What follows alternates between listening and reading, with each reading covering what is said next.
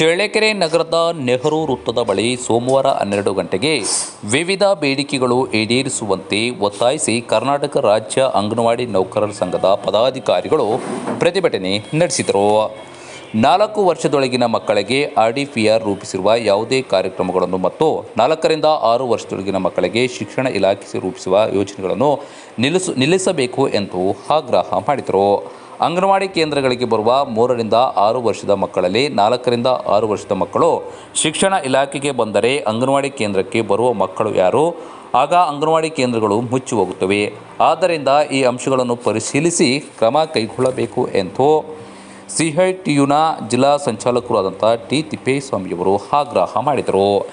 KKRDP ಅಡಿ ಹೊಸದಾಗಿ ಪ್ರಾರಂಭವಾಗಿರುವ LKG UKGಯನ್ನು ಪ್ರಾರಂಭಿಸುವ ಆದೇಶವನ್ನು ನಿಲ್ಲಿಸಬೇಕು. 1800 ಅಂಗನವಾಡಿ ಕೇಂದ್ರಗಳನ್ನು ಗುರುತಿಸಿ ಅಲ್ಲಿಯೇ ಈ ತರಗತಿಗಳನ್ನು ಪ್ರಾರಂಭಿಸಲು ಕ್ರಮ ಕೈಗೊಳ್ಳಬೇಕು.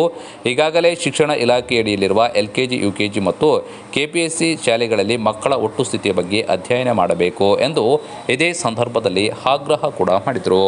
ಇನ್ನು ಈ ಸಂದರ್ಭದಲ್ಲಿ CITUನ ಅಧ್ಯಕ್ಷರು ಆದಂತಹ ಇಂದಿರಮ್ಮ ಹಾಗೂ ಖಜಾಂಚಿ JN ಗಂಗಮ್ಮ ಹಾಗೂ ಕಾರ್ಯದರ್ಶಿ ಬೋರಮ್ಮ ಸೇರಿದಂತೆ ಗಂಗಮ್ಮ, ಪುಟ್ಟಮ್ಮ, ಕರಿಬಸಮ್ಮ ಸೇರಿದಂತೆ ಮುಂತಾದವರು ಪ್ರತಿಭಟನೆಯಲ್ಲಿ ಇದ್ದರು.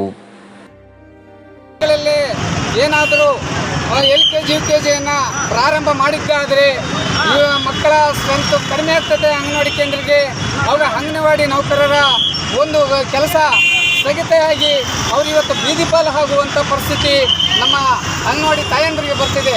ಅದು ಆಗಬಾರ್ದಂತ ನಾವು ಇಡೀ ರಾಜ್ಯದಲ್ಲೇ ಎಲ್ಲೆಲ್ಲಿ ನಮ್ಮ ಶಾಸಕರುಗಳು ಇದ್ದಾರೋ ಆ ಶಾಸಕರುಗಳ ಮನೆ ಮುಂದೆ ನಾವು ಇವತ್ತು ಈ ಮನವಿ ಪತ್ರವನ್ನು ಕೊಟ್ಟಿದ್ದೀವಿ. ಇದು LKG UKGಯನ್ನು ನಮ್ಮ ಅಂಗನವಾಡಿ ಕೇಂದ್ರಗಳಲ್ಲೇ ಪ್ರಾರಂಭ ಮಾಡಬೇಕು. ಅವರಿಗೆ ಪೌಷ್ಟಿಕ ಆಹಾರವನ್ನು ನೀಡಬೇಕು, ಒದಗಿಸಬೇಕಂತ ಹೇಳ್ತಾ ಈ ಮನವಿ ಪತ್ರವನ್ನು ಕೊಟ್ಟಿದ್ದೀವಿ. ಇವಾಗ ನಮ್ಮ ಟಿ ರಘುಮೂರ್ತಿ ಅವರಿಗೆ ಸಾಹೇಬರಿಗೆ ನಾವು ಈ ಮನವಿ ಪತ್ರ ಸಲ್ಲಿಸಿದ್ದೀವಿ.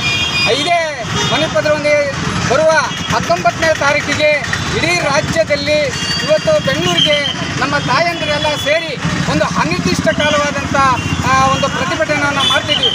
ಇದನ್ನು ರದ್ದು ಮಾಡಬೇಕು, ವಾಪಸ್ ಪಡೆಯಬೇಕು. ಎಲ್ಲ LKG UKGನನ್ನು ನಮ್ಮ ಅಂಗನವಾಡಿ ಕೇಂದ್ರಗಳಲ್ಲಿ ಪ್ರಾರಂಭ ಮಾಡಬೇಕಂತ ಒಂದು ಅನಿರ್ದಿಷ್ಟ ಕಾಲ ಧರಣಿಯನ್ನು ಬೆಂಗಳೂರು ವಿಧಾನಸೌಧ ಮುಂದುಗಡೆ ನಾವು ಧರಣಿ ನಿಲ್ಸ್ಕೊಳ್ಳೋಕ್ಕೆ ಮುಂದಾಗಿದ್ದೀವಿ. ಇದಕ್ಕೆಲ್ಲ ನಮ್ಮ ತಾಯಂದಿರು ಸಹಕರಿಸಬೇಕು. ತಾವು